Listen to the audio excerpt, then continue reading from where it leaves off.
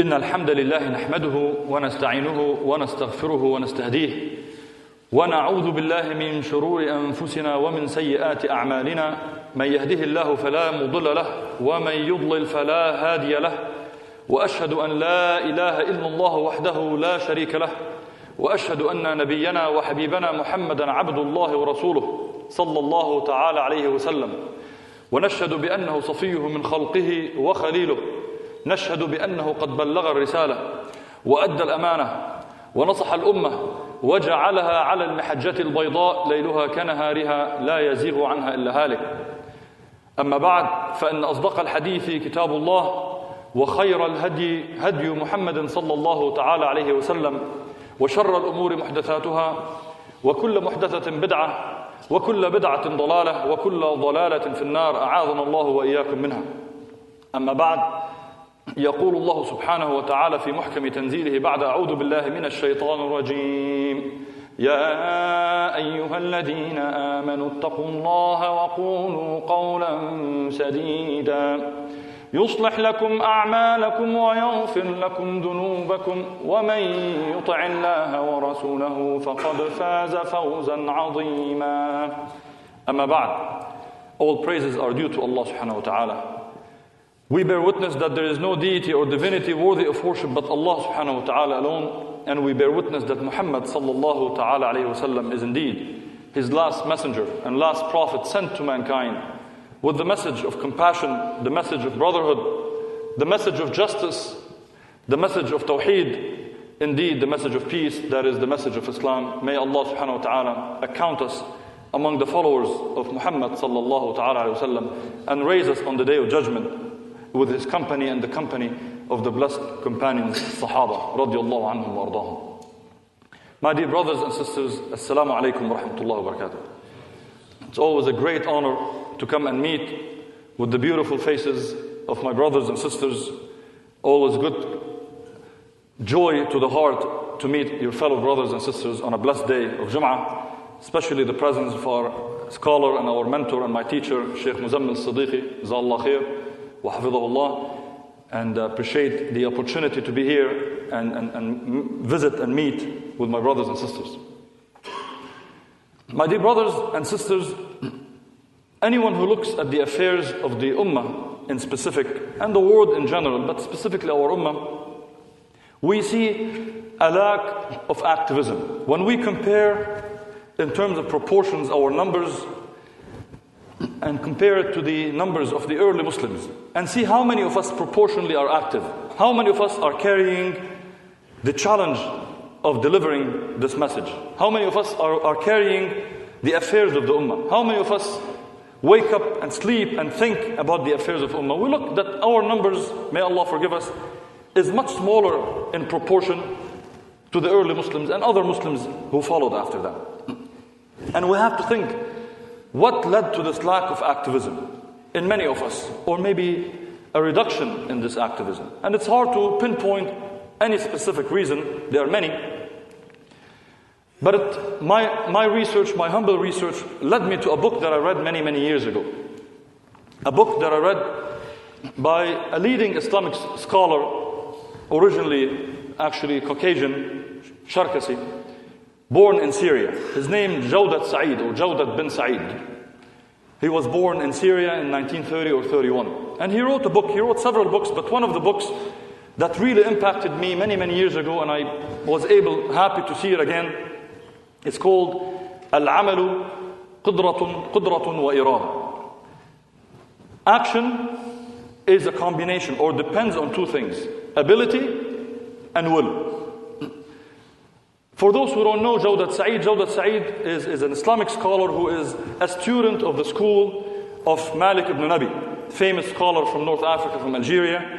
And before that also, he's a student also of another school, Muhammad Iqbal, Allama Muhammad Iqbal from the subcontinent. Both Malik ibn Nabi and Muhammad Iqbal strived and really worked hard, strived in getting the Muslim Ummah to re-believe or believe again in its identity. Because they came at a time when many Muslims were under the colonialism, where they lost their identity. They lost what is their reason to do things. They felt the only way we can succeed is to follow and imitate others blindly. good and bad. Both Malik ibn Nabi and Muhammad Iqbal tried to tell Muslims, you have roots in Islam. Be proud of who you are, and you can be active again by following the same pattern and the same teachings in the correct understanding. So he followed that school. And really what he was trying to do is to remind us that in order for us to get success in any work we plan to do, we need to make sure that we have these two things: the ability and the intention, the will. And this is not very different from what earlier scholars said. Ibn Taymiyyah, rahimahullah, said, and for the interest of time, I'll just translate. He said, whenever there is a will that is firm, coupled with ability, there is no reason for someone not to achieve a result. He said there is no human reason, basically. No, everything is in the hand of Allah subhanahu wa ta'ala at the end of the day. You might have a heart attack and not be able to do it. But outside of things that Allah subhanahu wa ta'ala might bring on you, once you have a firm intention and will, and the tools to do it, there is absolutely no reason, he says, for you to achieve that goal. When you think of action and think of the will and the ability, think of it as the intention. This is the ikhlas, the sincerity we have. It is the sincerity to do something using the tools that are good, that are halal, that are recommended by our teachings. This is how you can think of it. It's almost like thinking about why do we do things and how. If you want to ask yourself, it's the why and the how. Once you can answer these, inshallah, we can achieve results. So how can we look at our Islamic teachings and see indications of that? How does Allah subhanahu wa ta'ala put or reflect that in the teachings? Think of the first one, a verse that we repeat so many times every day. إِيَّاكَ نَعْبُدُ وَإِيَّاكَ نَسْتَعِينُ. إِيَّاكَ نَعْبُدُ وَإِيَّاكَ نَسْتَعِينُ is, from the Fatiha, is say, Allah, it is you whom we worship, and it's in you that we seek help. Many scholars explain that means when you seek Allah's help, also you're seeking to use the laws that Allah made available. Meaning, if you want to fly, if you want to take an airplane, you are using Allah's tools. Meaning, Allah had made rules, the gravity rule, how to surpass, how to overpower gravity. That's you seeking Allah's help in understanding the laws of nature, and so on and so forth, in science, and so on and so forth in religion, and everything. We need we have to understand what Allah had made available for us in order for us to subdue this earth and the tools that Allah subhanahu wa ta'ala had made.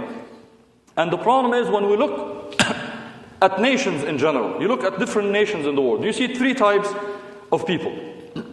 You see people who do إِيَّاكَ نَسْتَعِينُ, but they don't do إِيَّاكَ نَعْبُدُ.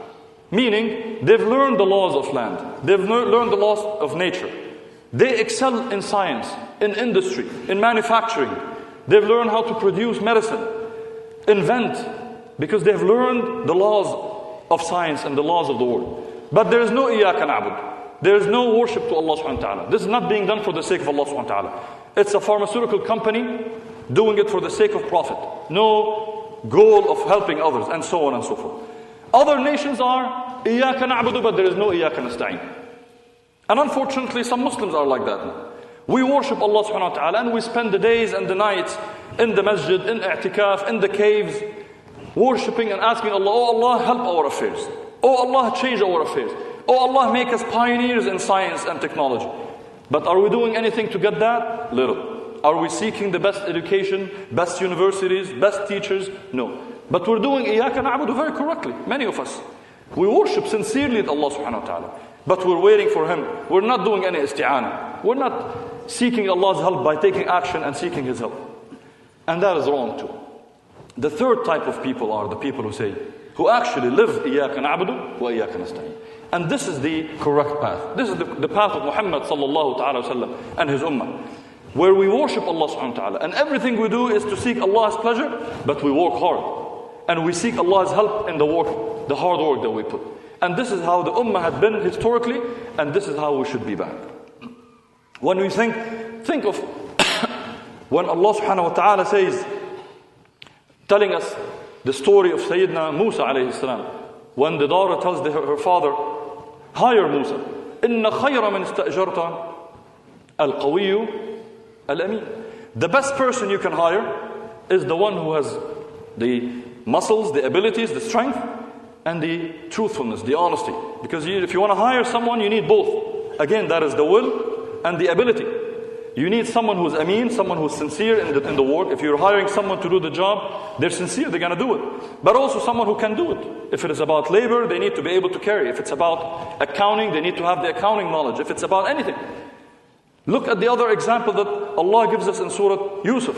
When Yusuf alayhi salam, he says, اجعلني على خزائن الأرض إني حفيظ عليم. Yusuf says, telling his Lord, his king at that time, put me in charge of the treasury of the world, of Egypt at that time. Let me be in charge of the treasury. Why? Because I'm someone who's trustworthy and knowledgeable. I'm an expert. There's no humbleness at that time. If you can handle it, come forward. Again, the Quran teaches us two things in order to achieve results. Strength and truthfulness, sincerity. Or knowledge, and again, skilled. Knowledge and honesty. The two things are always needed. This is what we see. So, how do we understand activism? Activism is really depending on the perception. Here's a story that the author shares with us in the book. He says, it was narrated that one man, he says a Sufi, a Muslim person, spiritual person, goes into the desert and he sees a scene. He sees a blind bird with broken wings waiting there. And he says, subhanallah, how is this bird going to survive? He's blind and he can't fly. He said, minutes after that, I saw another bird coming in, bringing food to this bird and feeding it as if this was its child, although both are adult birds. The blind bird would open its beak and it's the other one, the healthy bird, would feed it. So the guy concluded, and this is how perception is.